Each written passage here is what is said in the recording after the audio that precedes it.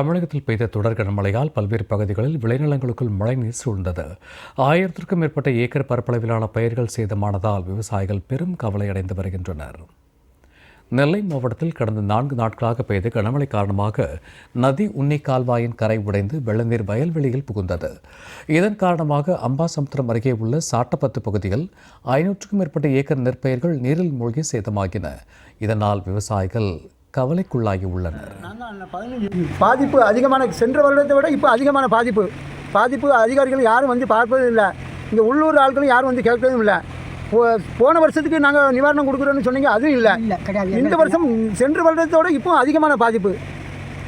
வருஷம் 30,000 செலவு பண்ணி ஒரு ஏக்கர் நான் 30,000 செலவு பண்ணி நட்டு ஒன்றும் கை சேரலை. இந்த வருஷமும் அதே சூழ்நிலை தான். இது கவர்மெண்ட் நிவாரணங்கள் எதுவும் பண்ணி கொடுத்தா தான் விவசாயிகளை காப்பாற்ற முடியும்.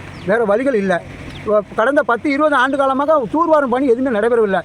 வாய்க்கால் நதியுனி கால்வாய், பாபநாசம் டேங்க்லேருந்து வர்ற நதியுனி கால்வாய் கிட்டத்தட்ட 855 ஏக்கர் இந்த நதியுனி கால்வாய் சார்ந்தது. எதுவுமே பண்ணி காரணத்தால் திண்டுக்கல் மாவட்டம் நத்தம் சுற்றுவட்டார பகுதிகளில் பெய்த கனமழை காரணமாக அறுவடைக்கு தயாராக இருந்த கரும்புகள் வேரோடு சாய்ந்தன. சாணார்பட்டி, குசவப்பட்டி, அதிகாரிப்பட்டி, சிலுவத்தூர், கம்பளியம்பட்டி, கூவனூத்து ஆகிய பகுதிகளில் 1/2 ஏக்கர் முதல் 3 ஏக்கர் வரை பொங்கல் திருநாளுக்காக கரும்பை விவசாயிகள் பயிரிட்டனர். இந்நிலையில் கடந்த சில நாட்களாக தொடர் மழை பெய்த காரணத்தால் விவசாய நிலங்களில் மழைநீர் தேங்கி 7 அடி உயரம் கொண்ட கரும்புகள் வேரோடு சாய்ந்து விழுந்தது விவசாயிகளை வேதனையடைய செய்துள்ளது. கரும்பு எப்பவும் நாங்கள் வருஷம் இந்த தை பொங்கலுக்கு கரும்பு விவசாயம் பண்ணுவோம். அப்படி விவசாயம் பண்ணியிருக்கப்ப அந்த அறுவடைக்கு தயாரான நேரத்தில் 2 நாள் இரவில் மழை பெஞ்சு எங்கள் கரும்பு பயிர் பூராமே கீழே சாஞ்சு ஒடிஞ்சு நிறையா வேஸ்டேஜ் ஆயிடுச்சு. இதனால் திரும்ப நான் அந்த கரும்பை எடுத்து நிமித்தி ஆளுகளை விட்டு சரி பண்ணி பார்த்தேன்.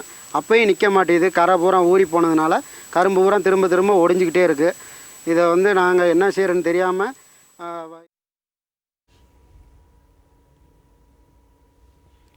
தொடர் மழை காரணமாக தஞ்சை அருகே குலமங்கலம், சமயன்குடிக்காடு, ஒக்கநாடு, மேலையூர், தென்பாதி, நெய்வாசல் உள்ளிட்ட பல்வேறு பகுதிகளிலும் சுமார் 3000 ஏக்கர் விளைநிலங்கள் தண்ணீரில் மூழ்கி கடல் போல் காட்சியளிக்கிறது. நாற்று நட்டு 30 நாட்களே ஆன இளம் பயிர்கள் முழுவதும் மழைநீரில் மூழ்கி விளைநிலங்களா அல்லது ஏரியா என்று கூட தெரியாத அளவிற்கு மழைநீர் சூழ்ந்துள்ளது. இதனால் விவசாயிகள் பெரும் வேதனை அடைந்து வருகின்றனர். ஏன்னா வல்லவாரி தூர் வர காரணத்தினால அங்கிட்ட உடப்பு ஏற்பட்டு போய் 3 நாள் தண்ணிக்குள்ள கிடக்குது. கடவுளலாம் இன்னும் வடியவில்லை. அதிகாரி வரப்போ நாங்களும் இல்லையா வந்து பார்த்தா கண் துடைப்பா பார்த்து போயிட்டே இருக்காங்க. ஒவ்வொரு என்ன அதெல்லாம் ஒன்றும் பாதிக்காதெல்லாம் வடிஞ்சிருக்கிறாங்க. 1 ஏக்கர் 30,000 செலவு பண்ணியிருக்கேன். 6 ஏக்கர் நட்டுருக்கேன். நான் 6 ஏக்கர் இது மாதிரி இல்லை. எனக்கு மட்டும் இல்லை, எல்லா பேரும் பாதிச்சிருக்கு. தூத்துக்குடி மாவட்டத்தில் கடந்த 2 நாட்களுக்கு முன்பு பெய்த பலத்த மழை காரணமாக ஆயிரக்கணக்கான ஏக்கர் வாழை மற்றும் நெற்பயிர்கள் நீரில் மூழ்கி சேதமாகின.